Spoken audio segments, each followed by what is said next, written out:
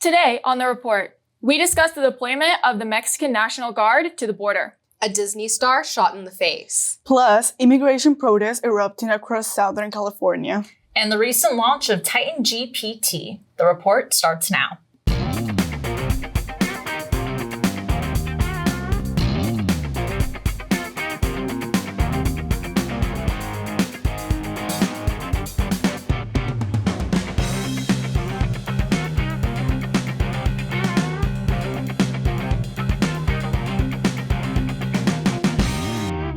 Welcome back to another exciting season of The Report. I'm Juliana White. I'm Allison Goyich. I'm Alejandra Chavez. And I'm Mariana Hartman. Don't forget to follow our Titan TV Instagram at Titan TV CSUF to keep in touch with us and view our latest content. Almost 2 weeks have passed since the arrival of 10,000 Mexican National Guardsmen to the U.S.-Mexico border to facilitate a multinational security plan to prevent the illegal crossings of migrants, opioids, and firearms. Following an aggressive 3-day trade war between President Donald Trump and the border nations of Mexico and Canada, Mexican President Claudia Sheinbaum reached an agreement with President Trump to deploy a permanent security force to, quote, prevent drug trafficking from Mexico to the U.S., in particular of fentanyl, end quote.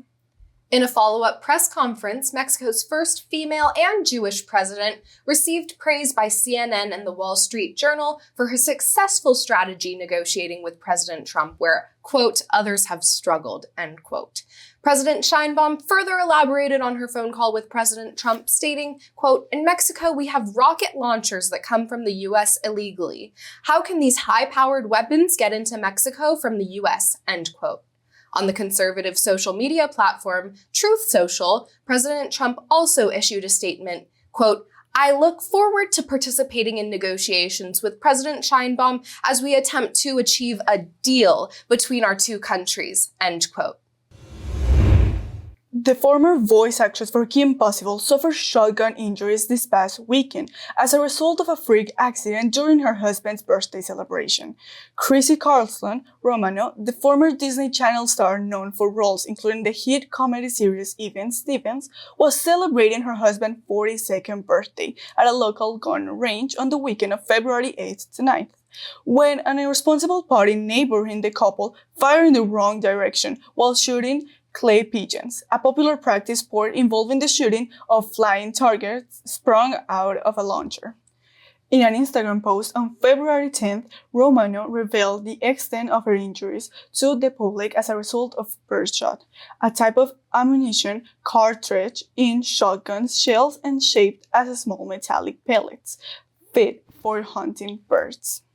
Romano is expected to make a full recovery and has given all praise for her survival to her husband, Brendan Rooney, who, quote, immediately sprung into action, assessed me, and rushed me to the hospital, end quote.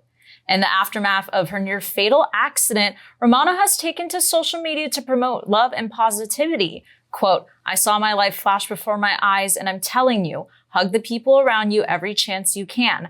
Life can change in an instant, end quote.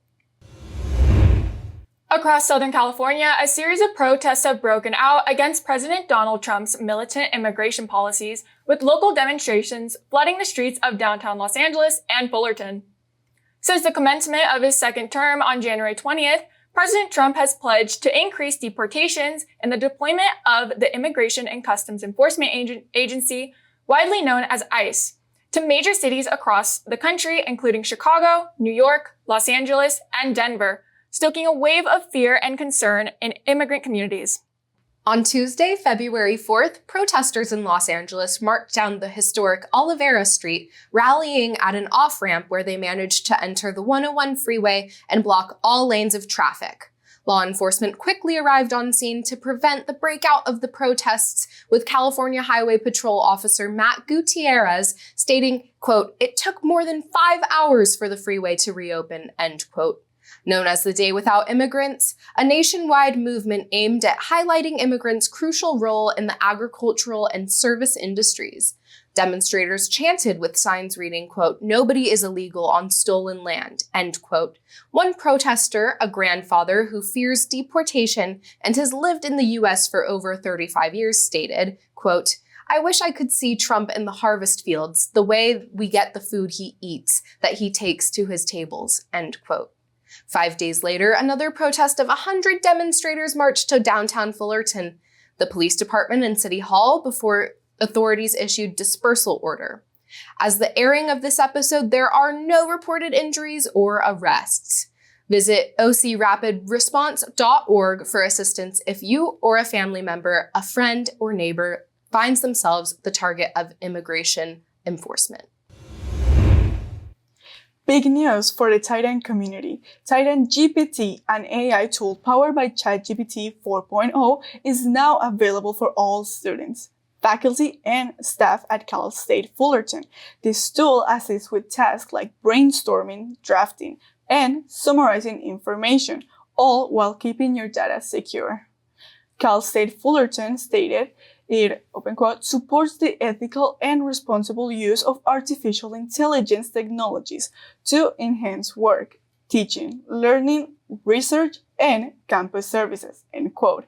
Getting started is simple. It's designed to be user-friendly, making it easy for anyone to use. Just log in with your Fullerton credentials. However, there's some mixed feedback surrounding the launch. Some students are worried that Titan GPT might be used to catch them off guard, with one Reddit comment stating, quote, "They're trying to set y'all up," end quote. This reflects concerns about the platform's use to monitor academic integrity. Some professors aren't pleased with students implementing AI tools into their coursework, fearing it might compromise the authenticity of students' assignments. Although other reporters encourage experimenting with AI, they ask for transparency with the incorporation of AI citations. While Titan GPT is here to help, it is important for students to communicate with their professors about how they can use it for assignments. Cal State Fullerton encourages responsible use of AI. And remember, Titans, any mistakes made by the tool are the user's responsibility. CSUF is bidding farewell to Gregory Diamond as he retires, but we celebrate his incredible accomplishments and the lasting impact of his projects at the Arboretum. Diamond began his role as the Arboretum's first full-time director in 1997. He focused to address the gaps in the facilities and to expand the plant preservation efforts. His dedication was driven by his vision to create a dynamic and diverse environment that would serve both as a peaceful space and an educational resource for the community. Under Diamond's guidance, the Arboretum has earned a prestigious Level 4 accreditation from the ArtNet Arboretum Accreditation Program. This distinction highlights the facility's excellence in areas such as development, collections, and sustainability practices. The Arboretum has expanded its array of botanicals, increased engagement through open community events, and incorporation of educational courses for students across various subjects. We here at Titan TV give a special thank you to Gregory Diamond and his contributions to the Arboretum and Botanical Garden at Cal State Fullerton, and for leaving a memorable remark on the campus and surrounding community. All right, so going back to the beginning when we were talking about the tariffs between US and Mexico as well as Canada, what are your guys' thoughts on what's going on? Well, to be honest, I think Trump is just trying to scare us as bad as it sounds. Like in his campaign, he said there's not going to be any unnecessary wars. So here, while trying to have bad blood with Canada or Mexico, this is what he's trying to do, create an unnecessary war or like ego fight. Mm-hmm. I even read today that companies like Nissan, the CEO, was stating today that they might actually have to move out of Mexico. Apparently, they make a lot of, their cars there, and these tariffs are going to affect their company. Wow. And unfortunately, that might look bad for the U.S. So I'm really interested to see how not only Nissan, but other companies are also affected, even those who are sourced in Mexico and Canada. For sure. And, the really interesting thing about tariffs is, like, the Trump administration is basically saying, well, we're going to put tariffs on Mexico and Canada and China and all of these other places. But in the end, it's really the consumer who's paying for those tariffs. So it kind of falls back onto the U.S. consumers to pay for those tariffs, not necessarily Mexico or Canada. Yeah, I'm not looking forward to those price increases right now, especially with things like bird flu and eggs already going up in price because of limited quantity. So this just really isn't helping. And it's frustrating because he said during his campaign that he would want to lower prices for Americans, yet these tariffs are raising prices for everyone. Exactly. I know there is a pause, I believe, for 30 days right now with Canada to see what may happen with that. So I guess we'll have to check back in 30 days and see what happens. But going on to Christy Romano getting shot in the face, that was really, really scary to hear about. And I'm honestly really surprised with her transparency about it on social media. I feel like if that were me, I would maybe want to keep that a little under wraps with how just scary that is. But she's been very, very open about it on social media. And like, I'm glad she's okay. And it was shocking seeing it when I was just going through Instagram, and I was like, this is someone who I grew up watching Kim Possible. And to see this happen, it's terrifying.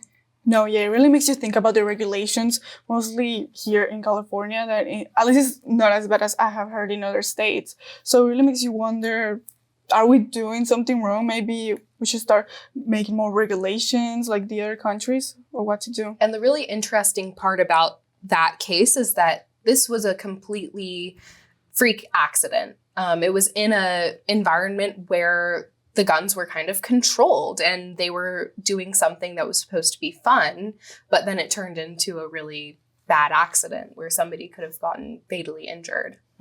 I know. I think I read that the bullets like stuck behind her eye and they can't do anything about it, unfortunately.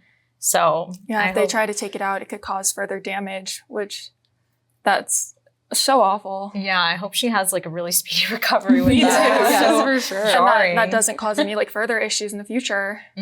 Exactly.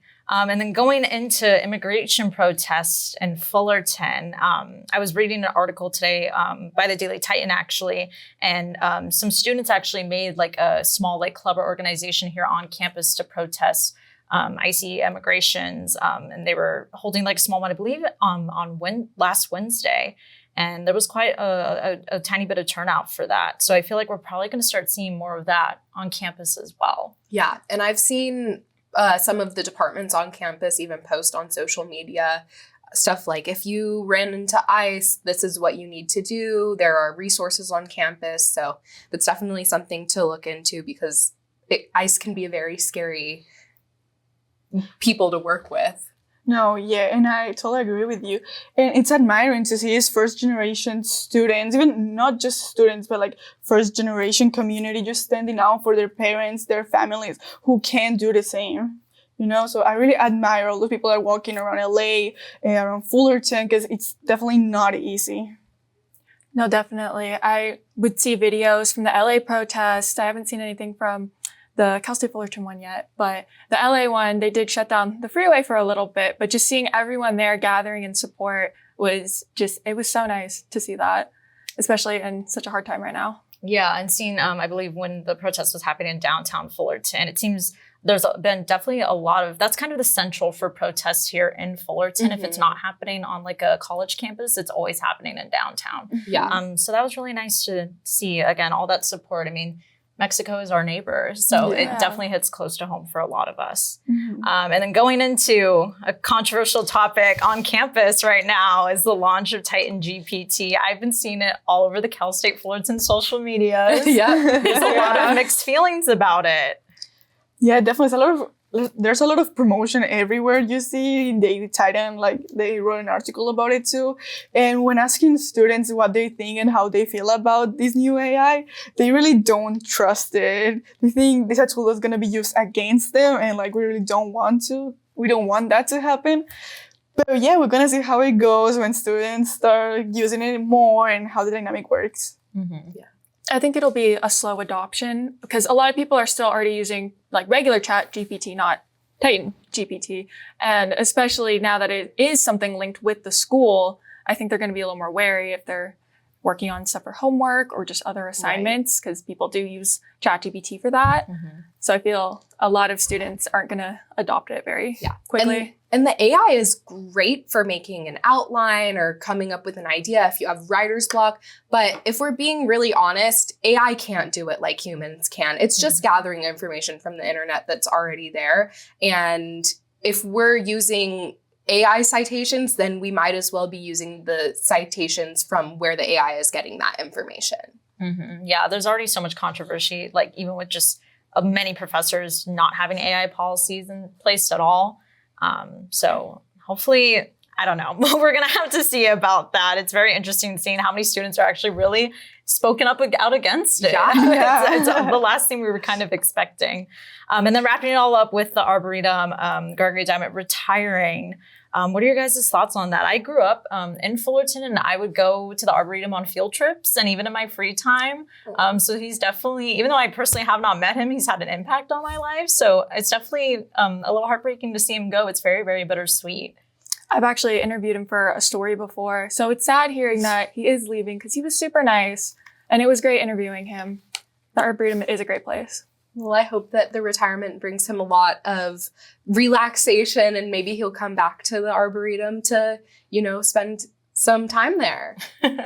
Yes, I didn't meet him, but I bet he's an amazing person. Like, he has done an amazing job with the Arboretum. Like, when I had to apply for colleges and I had to choose between Fullerton and other schools, the Arboretum was the main reason why I chose Fullerton. I think it's a beautiful place, and I hope it keeps being like that. Mm-hmm. It's definitely a great place for students and staff, and honestly, everyone to go and visit and relax, especially during all these stressful times. So nice to de-stress. Yes. Yeah. Yeah, it's beautiful.